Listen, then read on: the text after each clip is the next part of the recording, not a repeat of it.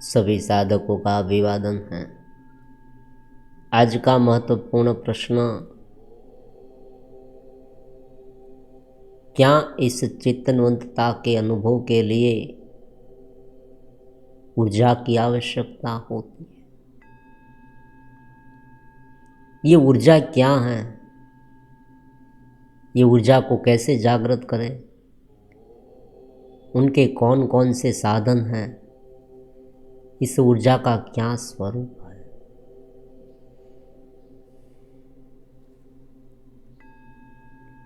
जो इस अज्ञात के मार्ग पर निकला हुआ साधक है,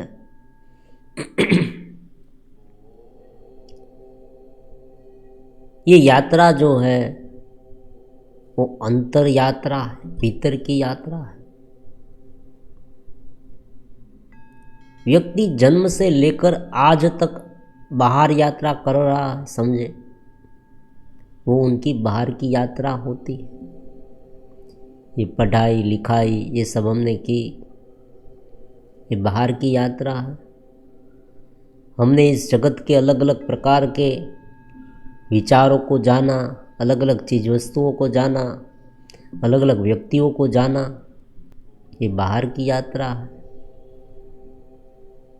बाहर की चमक दमक को हमने इतना महत्वपूर्ण मान लिया कि यही हमारा जीवन है, यही हमारा जीवन का लक्ष्य है और इन्हें प्राप्त करना ही वास्तविक रूप में जीवन है, ये हमने निर्णय कर लिया और आज तक केवल बाहर जीते आए हैं। अब देखो, बाहर के जीवन के लिए भी हमें ऊर्जा की आवश्यकता होती है। हमारे शरीर में जो शक्ति है वो शक्ति कहाँ से आती है, समझे? आप तुरंत बता देंगे कि वो शक्ति तो आहार से आती है। हमारे शरीर में जो रुधिर बन रहा है, हड्डियाँ बन रही है, वो आहार से बनती है। हम इनपुट डालते हैं शरीर में, बॉडी में, और उनसे ऊर्जा उत्पन्न होती है, आहार से उत्पन्न होती है। लेकिन वास्तविक रूप में क्या होता है, समझे? ये ऊर्जा प्राण की ऊर्जा है। ये ऊर्जा प्राण के रूप में प्रकट होती है। ऊर्जा का स्वरूप प्राण का है, क्योंकि आहार तो द्रव्य है, समझे। हमने जो खाना खाया, पानी पिया, कोई पोषक तत्व लिया, तो ये तो द्रव्य है। तो द्रव्य ऊर्जा का प्राण की ऊर्जा में रूपांतरित हो जाता है। दूसरी बात महत्वपूर्ण ये होती है कि पूरे विश्व में जो प्राण निरंतर बहता रहता है, वो प्राण हम में श्वासोश्वास की क्रिया के माध्यम से हमारे पूरे शरीर को चलाता है। ये प्राण की क्रिया है, समझे। व्यक्ति भूखा रह सकता है लेकिन सांस लिए बिना नहीं रह सकता। हम जो सांस ले रहे हैं ना, वो प्राण की ऊर्जा है। ऊर्जा के बहुत अलग अलग स्वरूप होते हैं। ऊर्जा एक है लेकिन वो अलग अलग स्वरूप में हमें दिखाई देती है। हम समझ सकते हैं कि उनका ये स्वरूप है, वो स्वरूप है। तो प्राण के स्वरूप में भी ऊर्जा रहती है। अब इस ऊर्जा का उपयोग करके क्या चेतनवंतता जगाई जा सकती है? अब देखो, मूलभूत प्रश्न क्या है और वास्तविक रूप में तात्विक बात क्या है, वो दोनों हमें समझनी चाहिए। चेतनवंतता का घनीभूत रूप ये जगत है, समझे। उसे हम प्रकृति कहते हैं, जो हमारे आसपास है। और दो प्रकार की प्रकृति होती है। एक प्रकृति साधन प्रकृति है। साधन प्रकृति मतलब बाह्य रूप से जो हमें दिखाई देते हैं, वो साधन। सभी प्रकार की चीज वस्तुएं हैं, वो उपभोग वर्ग में आ जाती है। उनका मतलब हम उनका उपभोग करते हैं। ये द्रव्य है, ये द्रव्य प्रकृति है जो हमें दिखाई देती है, और दूसरी जो प्रकृति है वो उपभोक्ता है, जो देखने वाले, जिनके माध्यम से हम ये सब देख सकते हैं, सुन सकते हैं। वो ढांचा, वो रचना कि जिनके माध्यम से ये सब दिखाई देता है, सुनाई देता है, एक रचना है भीतर। बाहर की रचना, भीतर की रचना। बाहर सब कुछ देखा, लेकिन भीतर अगर ये परा नहीं है, ये प्रकृति नहीं है, तो बाहर का हमें दिखाई नहीं देगा। मान लीजिए आंखें नहीं है, तो बाहर तो जगत बहुत बड़ा है, विशाल है, सुंदर पेड़ पौधे हैं, देखे, पक्षी है, पशु है, सब कुछ है, झरना है, पहाड़ है, कुछ नहीं देख पाएगी ना हम। आंखों से हम देख पाते हैं, चक्षु इंद्रिया है। तो अलग अलग इंद्रिया है, वो परा प्रकृति है, अपरा बाह्य है, पांच तत्वमय है। एक तात्विक ज्ञान है। इसे सरल भाषा में हम एक इस तरह से समझ सकते हैं कि ये बाह्य जो हमें दिख रहा है सब कुछ, वो अपरा है, और देखने वाले हम जो है, जो हमारी इंद्रिया है, वो परा है। अब इस परा को, अपरा को देखने के लिए ऊर्जा की आवश्यकता होती है, और वो ऊर्जा कौन सी है? प्राण। हम ये मानते हैं कि हमने खाना खाया और हमें ऊर्जा मिली, लेकिन वास्तविक रूप में ये ऊर्जा भी प्राण ऊर्जा का एक भाग है। पूरे विश्व में कार्य ब्रह्म की ऊर्जा फैली हुई है। वो ऊर्जा प्राण के माध्यम से सभी प्रकार के जीव जंतु में प्रसारित होती रहती है, प्राण के माध्यम से। इसलिए हम सांसों सांस की क्रिया करते हैं, और जो व्यक्ति मर जाता है, समझे, जिनकी डेथ हो जाती है, उनकी ये क्रिया समाप्त हो जाती है, वो सांसों सांस की क्रिया करता नहीं। अगर ये क्रिया बंद हो गई तो हमारे पूरे शरीर में जो जो क्रियाएं हो रही है वो भी बंद हो जाएगी। रोग प्रतिकारक शक्ति के लिए जो पूरा सिस्टम फिट किया गया है शरीर में, बॉडी में, वो भी समाप्त हो जाएगा। पाचन के लिए, समझे, हम जो आहार लेते हैं उनका पाचन होता है, वो पूरी डाइजेस्टिव सिस्टम होती है, वो भी पूरी तरह से नष्ट हो जाएगी। सभी कोष मरने लगेंगे, क्योंकि उन्हें ऊर्जा की आवश्यकता है, और प्राण ऊर्जा मिलनी बंद हो गई, समझे। प्राण ऊर्जा ये बहुत महत्वपूर्ण ऊर्जा है, और आध्यात्मिक शास्त्र में चेतनवंतता को जगाने के लिए इस प्राण ऊर्जा की आवश्यकता भी होती है। ये इसलिए होता है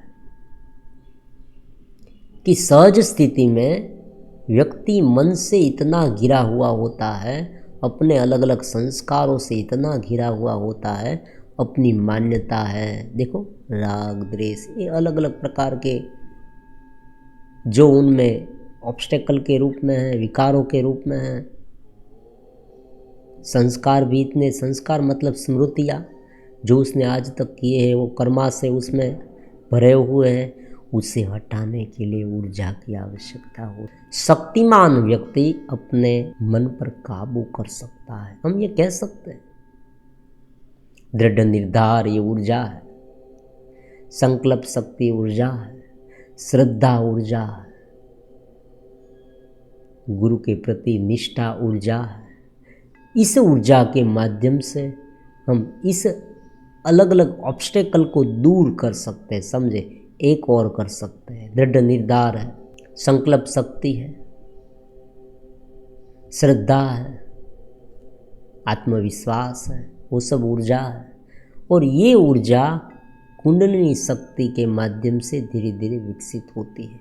उनका मतलब ये हुआ कि अगर किसी ने कुछ नहीं जाना, समझे, अगर किसी ने कोई कुंडलिनी शक्ति का विज्ञान पढ़ा भी नहीं और उसमें श्रद्धा दृढ़ है, फिर भी उनका फायदा तो उसे होगा, लेकिन शास्त्रोक्त रूप से उसे मालूम नहीं है कि ये हुआ है।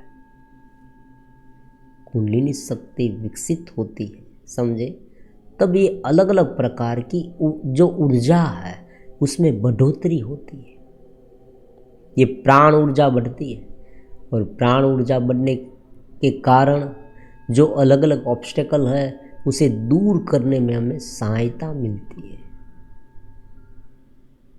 जो मूलाधार चक्र से ऊपर कुंडलिनी शक्ति जागृत होकर ऊपर उठी, सुषुम्ना नाड़ी के माध्यम से, जो प्राणायाम से भी की जाती है, समझे, तो वो जैसे जैसे ऊपर उठती है, साधक में जो ऊर्जा का संक्रमण होता है, ऊर्जा का चलन होता है, ऊर्जा चलित होती है, ऊर्जा जागृत होती है। वो ऊर्जा कहाँ पर काम में लगानी है? हमारी अशुद्धियों को दूर करने के लिए। लेकिन अगर ज्ञान नहीं है और केवल ही केवल कुंडलिनी जागृति की, तो इस ऊर्जा का उपयोग ज़्यादा विकार में हो सकता है, ज़्यादा विचार में हो सकता है, मन की उलझन बढ़ाने में हो सकता है, सांसारिक विषय भोग में हो सकता है, उटपटांग हरकतों में हो सकता है, किसी व्यक्ति को नुकसान पहुंचाने में हो सकता है। अगर कोई व्यक्ति ईर्ष्याळु है, समझे, ईर्ष्या हो रही है, जिलसी है, ऐसे व्यक्ति ने अगर ये ऊर्जा जागृत कर ली, तो वो उस ऊर्जा के माध्यम से ऐसे संकल्प करेगा कि सामने वाले व्यक्ति का नुकसान हो।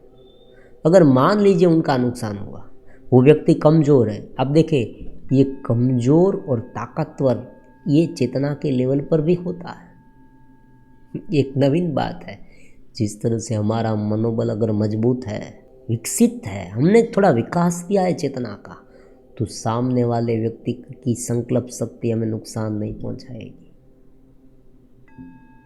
सामने वाले व्यक्ति ने हम पर कोई भी प्रकार का जादू किया है तो हम पर उनका इफेक्ट नहीं होगा। इसीलिए कहते हैं ना कि आत्मज्ञानी सारे प्रकार के जादू से ऊपर उठ जाता है।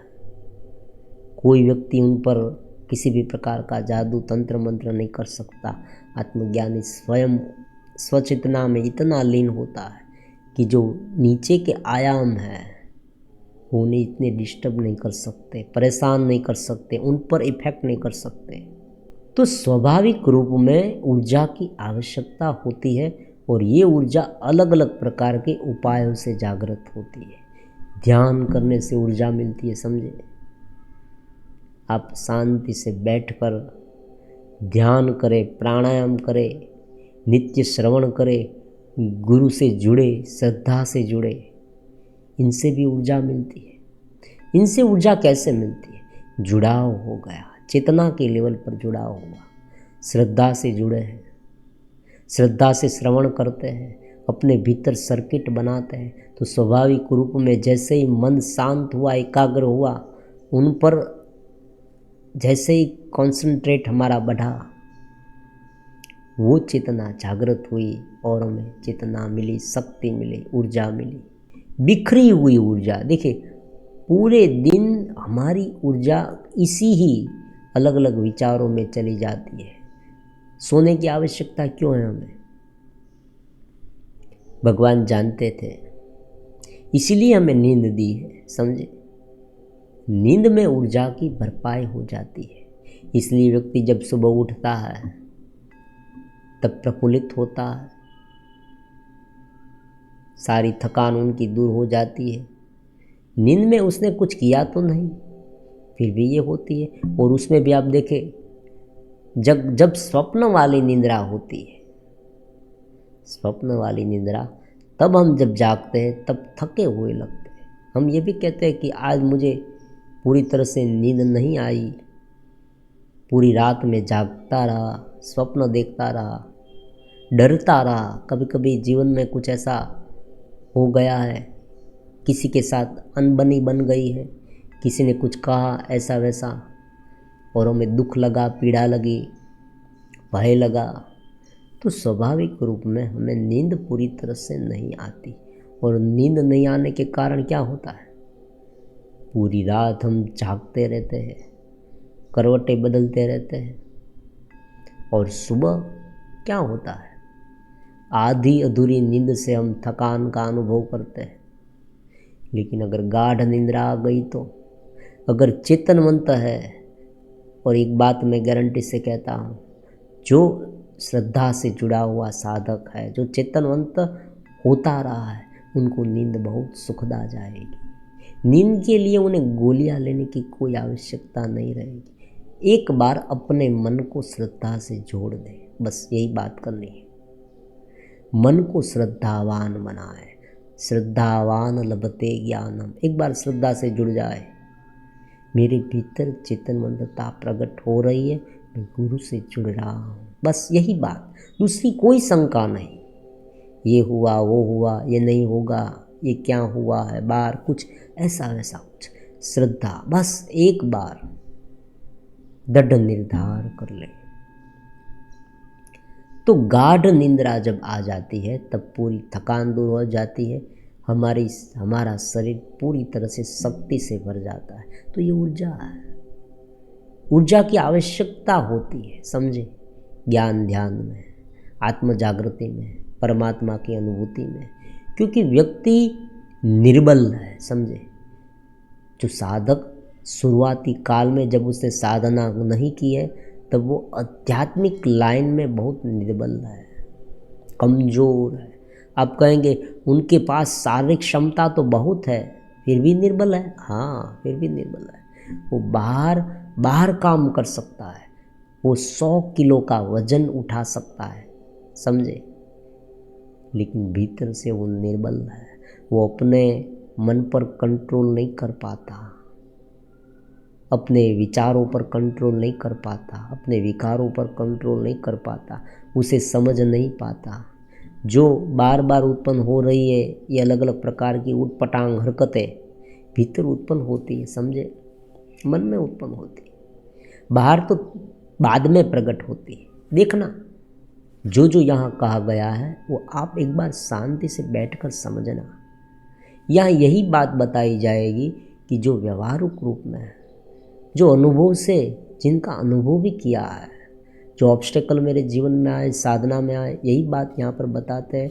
देखो, समझे कि वो व्यक्ति इतना बलवान है, लेकिन भीतर से वो कमज़ोर है। बाहर से बलवान तो है, और बलवान होना भी चाहिए, ऐसी बात नहीं, चुस्त फिट रहना चाहिए, एक्सरसाइज करनी चाहिए, जिम में जाना चाहिए, ये सब शरीर के लिए बहुत अच्छा है। कुछ नियमों का पालन करना चाहिए। देखो, योग शास्त्र में भी कहा है, यम नियम का पालन करे, कहा है ना, यम नियम का पालन करे। तो इससे आप में क्या होगा, सुदृढ़ता आएगी, शारीरिक रूप में आप चुस्त होगे। अगर शरीर ही निर्बल है तो साधना कैसे करेंगे। अगर बहुत ज़्यादा खाने की आदत बन गई है तो क्या होगा, नींद आ जाएगी। अगर ऐसा वैसा कुछ देखने की आदत बन गई है तो अश्लील ऐसे वैसे विचार आते रहेंगे।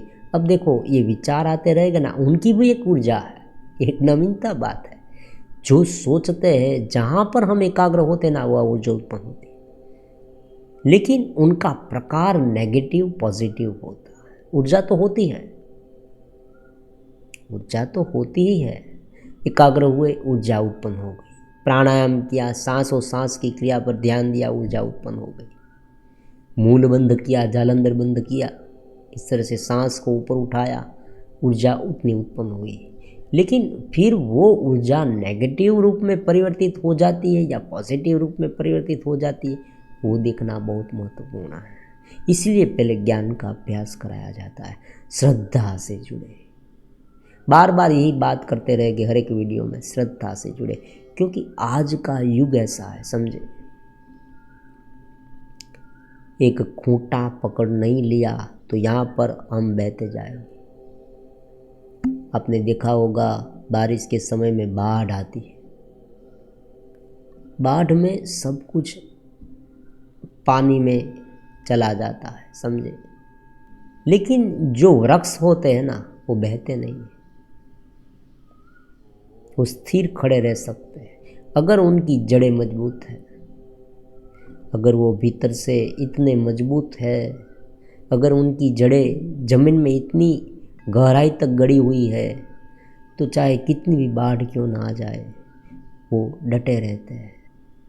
श्रद्धा से, चेतनवंतता से एक बार जुड़ जाए खूंटे से, उसे पकड़ कर रखे, फिर बाद में जो कुछ भी होता है होने दे।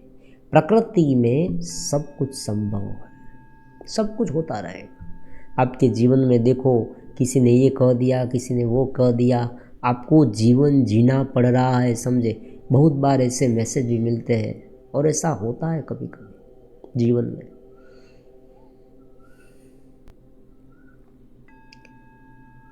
आपको दूसरे व्यक्ति के लिए जीवन जीना पड़े, सामने वाले को खुश रखने के लिए आपको कुछ कार्य करना पड़े, हो सकता है। लेकिन अगर भीतर से चेतनवंत है, देखो बाहर का आप शरीर से काम करेंगे, शरीर तुम्हारा है, आप ये उसे कह सकते हैं, लेकिन आत्मा तो मेरी है ना। मैं भीतर से चेतनवंत रहूँगा, मैं गुरु से जुड़ा रहूँगा। शरीर से मैं तुम मेरे शरीर का यूज़ कर सकते हो, लेकिन मेरी आत्मा तो परमात्मा से मिली हुई है, गुरु से मिली हुई है, उनसे जुड़ी हुई है ना। मैं भीतर से चेतनवंत हूँ, भीतर से मैं अभिभूत हूँ, भीतर से मैं श्रद्धावान हूँ, चेतनवंत हूँ, मैं जागृत हूँ। मैं देख पाता हूँ कि क्या मेरे लिए सही है, क्या मेरे लिए गलत है। अगर व्यक्ति भीतर से मजबूत होता जाए तो सामने वाला व्यक्ति अपने आप समझ जाएगा, समझे। हमें उसे समझाने की आवश्यकता नहीं पड़ेगी। हमें उसे समझाना इसलिए पड़ रहा है क्योंकि हम स्वयं भीतर से इतने मजबूत नहीं होते, हमें ज्ञान स्वयं में दृढ़ नहीं होता। अगर हमें ज्ञान इतना दृढ़ है तो सामने वाला व्यक्ति हमें मार्ग दे देगा, समझे। वो भी हमारे पास से कुछ सीखेगा, हमारे पास से वो कुछ सीख के जाएगा। उसे भी चेतना चाहिए, समझे। चेतनवंतता का अनुभव तो उसे भी चाहिए। स्वचेतना में रहना उसे भी पसंद है। वो भी अपने आत्मा को जानना चाहता है, क्योंकि हर एक जीव चाहता है कि वो अपने आत्मा से मिले, उस दिव्य प्रदेश में उनका प्रवेश हो। वैसा कौन नहीं चाहता है। लेकिन आज तो मन की उटपटांग हरकतों में ये प्रदेश में फंसे हुए हैं, भावना के प्रदेश में, नेगेटिविटी के प्रदेश में, भीतर ये सब घुघू चल रहा है, समझे। चेतनवंतता के लिए ऊर्जा की आवश्यकता होती है और उस ऊर्जा के बहुत सारे स्वरूप होते हैं। एक बार ये ऊर्जा जागृत कर ले, फिर यही ऊर्जा आपके जीवन को संवारती रहेगी। चेतनवंतता स्वयं एक ऊर्जा है, ये भी है, लेकिन उनके उपाय है वो इस ऊर्जा से होते हैं। उसे ऊर्जा क्यों कहा गया है, ये बात भी है। देखो, शरीर में शक्ति ही नहीं है तो हम ध्यान कैसे करेंगे। ये ऊर्जा की आवश्यकता। हम जब एकाग्र होते हैं, जब हम प्राणायाम करते हैं, तब चेतनवंतता को मार्ग देते हैं और वो ऊर्जा के रूप में हमारे साथ आती है। ये उल्टा ज्ञान है। बाह्य रूप से जो अलग अलग प्रकार के ऑब्स्टिकल है उसे जितना शांत करेंगे, भीतर की ऊर्जा उतनी बाहर आएगी। जो चेतना हर एक व्यक्ति को मिली है, हमने नींद का एग्जाम्पल लिया कि नींद में हम शक्ति से भर जाते हैं, पूरे दिन की थकान दूर हो जाती है, हमने कुछ नहीं किया फिर भी हमें उत्साह महसूस होने लगता है, आनंद महसूस होने लगता है। जब व्यक्ति जागता है सुबह के समय पर तो वो व्यक्ति इतना ताजगी से भरा हुआ होता है। ऐसा क्यों होता है? क्योंकि नींद में वो अपनी चेतना से मिलता है, चेतनवंतता से मिलता है, अपनी आत्मा से मिलता है, स्वचेतना से मिलता है। ये एक आयाम है, लेकिन उस समय वो अज्ञान में होता है, जागृत नहीं होता। अगर वो जागृत समय में ये कर पाए तो समाधि है। देखो, ध्यान करते करते आप देखते हैं अपनी वृत्तियों को। एक व्यक्ति शांति से बैठा है, हम शब्द चित्र आलेखन कर रहे हैं, समझे। कोई व्यक्ति शांति से बैठा है, देख रहा है उनके मन में कौन कौन से विचार आते हैं, वो पूरी श्रद्धा से युक्त है, वो गुरु से जुड़ा हुआ है, चेतन दीप उसमें प्रागट्य हो गया है, उसे पूरी तरह से श्रद्धा है कि ये जो चेतन दीप मुझ में प्रकट हुआ है वो अब चेतन दीप बड़ी ज्वाला के रूप में परिणमित होगा, आत्मज्ञान के रूप में परिणमित होगा। उसे श्रद्धा है, उस श्रद्धा से ध्यान कर रहा है। अब धीरे धीरे वो मन को जैसे जैसे देखेगा, मन शांत होता जा रहा है, शांत होता जा रहा है, वो धीरे धीरे अपनी चेतना में विलीन होता जा रहा है। उनकी एकाग्रता अपने आप बढ़ रही है। फिर जब वो जागेगा तब उसे अनुभव होगा कि मैं कितनी ज़्यादा चेतना से लथबथ हुआ हूँ, मुझ में कितनी चेतना प्रकट, कितनी ऊर्जा प्रकट हुई है, मैं कितना चेतना से भर गया हूँ, स्वचेतना से भर गया हूँ, कितना आनंद से भर गया हूँ। जब वो कोई भी कार्य करेगा ना तो वो भीतर से आनंदित रहेगा, उसे चेतना का अनुभव होता है। ये ऐसी कही सुनी बात नहीं, एक व्यक्ति ने कहा, दूसरे व्यक्ति ने सुना, दूसरे व्यक्ति ने जो सुना था वो तीसरे व्यक्ति को बता दिया, ऐसी बात यहाँ पर नहीं, यह अनुभव की बात है। तो ऊर्जा का उपयोग होता है, और वो ऊर्जा कैसे प्रकट होती है, अलग अलग प्रकार के साधन से प्रकट होती है। वास्तविक रूप में चेतना स्वयं चेतनवंत ऊर्जावान है, लेकिन जो जहाँ पर अलग अलग विषयों में फंसी हुई चेतना है, मन है, इंद्रिया है, विषय है, वासना है, अलग अलग प्रकार की क्रिया है, उसमें जो फंसी हुई है ये चेतना, उसे वहाँ से हटाने के लिए हमें इस ऊर्जा की आवश्यकता होती है। और ये ऊर्जा अलग अलग प्रकार के ध्यान से मिलती है। देखो, कुंडलिनी जागृति होनी, ये एक प्रकार की ऊर्जा की जागृति है। जब व्यक्ति ध्यान से अलग अलग चक्र पर ध्यान करेगा, ऊपर उठेगा, सुषुम्ना नाड़ी में वो अपने प्राण को चलायमान करेगा, तब वो योगी में भी ये ऊर्जा उत्पन्न होती है। और अगर किसी को ये कुछ नहीं मालूम, केवल अपने स्वरूप में श्रद्धा से, गुरु कृपा से, गुरु के साथ मिलन से वो केवल भीतर स्थिर है, तो भी उनमें ये ऊर्जा उत्पन्न होगी, स्वचेतना से जुड़ जाएगी। तब ये ज्ञान को भी धीरे धीरे एक और रख देना है।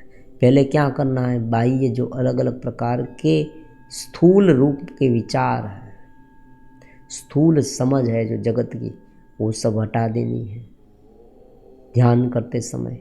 फिर धीरे धीरे भावना को हटा देना है, सारी ये इमोशन उत्पन्न हो रही है, राग द्वेष, सब कुछ हटा देना है, शुद्ध हो जाना है। देखो, शुद्धता होगी तो ही ये चेतनवंतता आगे बढ़ पाएगी, वरना क्या होगा, जो ऊर्जा उत्पन्न हुई है वो उस कार्य में व्यतीत हो जाएगी, उस विकारों में खर्च हो जाएगी। पैसे हमने बचाए, मान लीजिए पैसे बहुत बचाए, लेकिन उस पैसे का क्या करें,